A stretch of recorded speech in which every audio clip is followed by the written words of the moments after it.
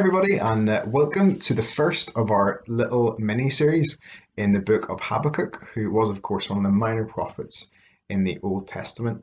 Now, we just read chapter 1 together on Instagram Live, but for anybody who might be tuning in the future, can I encourage you just to hit pause on your laptop right now and to go and read that chapter for yourself, and then you can come back and watch the rest of this video, because we're about to get into that first chapter, which I'm going to call a burden. Because that's what we see in this first chapter of Habakkuk. He's burdened by something that he sees happening around him. So the first part of chapter 1, we're going to look at verses 2 to 4. And in these verses will we see Habakkuk's complaint. Someone mentioned it a few weeks ago in a YF Zoom when we were looking at the new Easter film series. It was their answer to the question, what do you complain about? And it's also made an appearance in Room 101 over the last year or so. Anytime it gets mentioned, there's usually a murmur of agreement or a mini round of applause. What am I talking about? I'm talking about when people read your message on WhatsApp, the blue tick appears, but then they fail to respond. We absolutely hate it when that happens. It angers us, it grieves us, it hurts us when our messages go unanswered. And Habakkuk is experiencing this very thing as we begin reading chapter 1. He says to God, "How long shall I cry for help?" And we can be confident that this hasn't been a short-term complaint for Habakkuk. It seems that he's been bringing this issue and these issues before God for a while. And yet, well, his experience is that those prayers so far have gone unanswered. In fact, in verse 2, the first word translated as cry means to call for help. But the second word that's used for cry, well, it means something along the lines of to scream, to cry with a disturbed heart. It seems as we read that this concern and complaint from Habakkuk, well, it's grown and grown over time. So what is he praying about? Well, he lists the things that he's seeing all around him.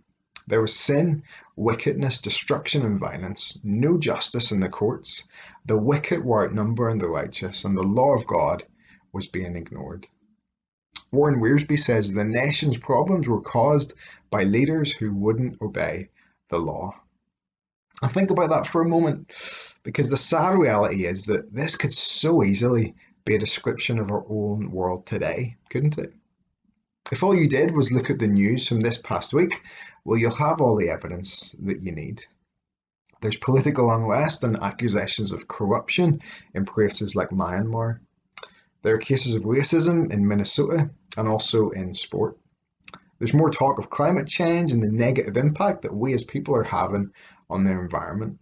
There's violence and there's rioting in our own country over issues of religion and politics. There's sickness and death, and not just due to COVID. There's story after story of people lying, mistreating others, and living life for themselves. There's also persecution towards Christians and hatred towards the things of God. Perhaps, just like Habakkuk, we're tempted to ask the same questions. Why does evil seem to go unpunished? Why do the wicked seem to prosper? Why doesn't God do something? We've all had these questions in our minds at times, and that's okay. If there's one thing that we can take from the book of Habakkuk, it's that those who trust in God can and do question him. So Habakkuk, well, he makes this complaint, and God, well, he responds in the verses that follow. In verses 5 to 11, well, we see God's answer. In essence, what God says is, you might not see it, it will probably shock you, but I am at work. God's response to the sinfulness of his people is not at all what we would expect, though. As we read these few verses, well, we realize that God's answer to these issues was that he was going to raise up the Chaldeans, otherwise known as the Babylonians, and they were going to punish the nation of Israel. Why was this so shocking? Well, because the Babylonians were far worse than God's people. They were ruthless and a violent people who were feared and dreaded by others. They didn't live by laws and rules. They did what they wanted, when they wanted. And all they cared about was their own success, no matter who or what stood in their way. Verses 8 to 11 of Habakkuk 1, well, they're quite the CV if you're looking to become the most hated people in the world. We see in chapter 1 that God uses some illustrations from nature to give us an idea of what the Babylonians are like. Wiersbe says their horses had the speed of leopards and the ferocity of wolves, and their troops swooped down on their prey like vultures. Their army swept across the desert like the wind, and gathered and deported prisoners the way a man digs sand and ships it to a foreign land. Bottom line, these people were bad news with a capital B. The only one who could halt their progress was God himself, but here we find that he's actually enlisted their help in his own plans. Now, the positive that we can take from this is that Habakkuk now realizes God wasn't indifferent or undisturbed by the sins of Judah. No, God was going to deal with the sin and injustice all around Habakkuk. But the negative is that he was going to do it by allowing the Babylonians to invade them and carry them off into captivity. This is 100% not what Habakkuk would have expected. And it's not what we would expect either.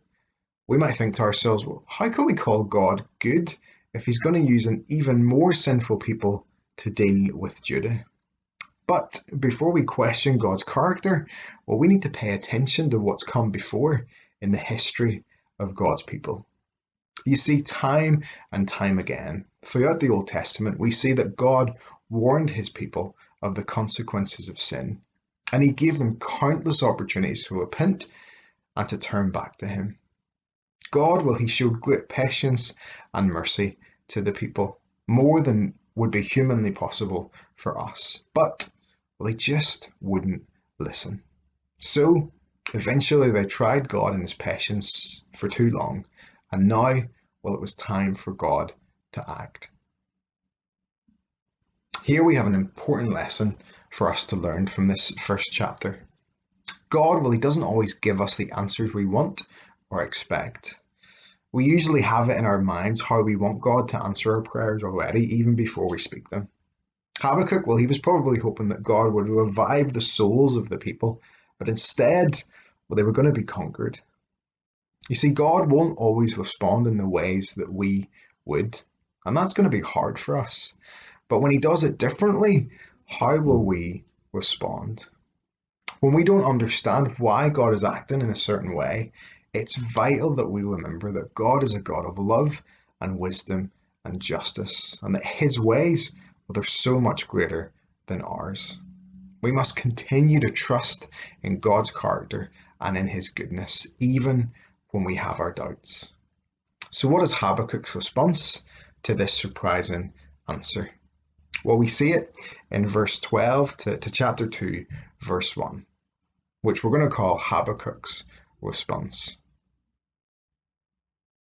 If we just read verse 12, well, we might conclude that Habakkuk has accepted God's answer. You see, he begins by claiming that God is eternal and that he does not change. And that's so important because it means that God keeps his promises.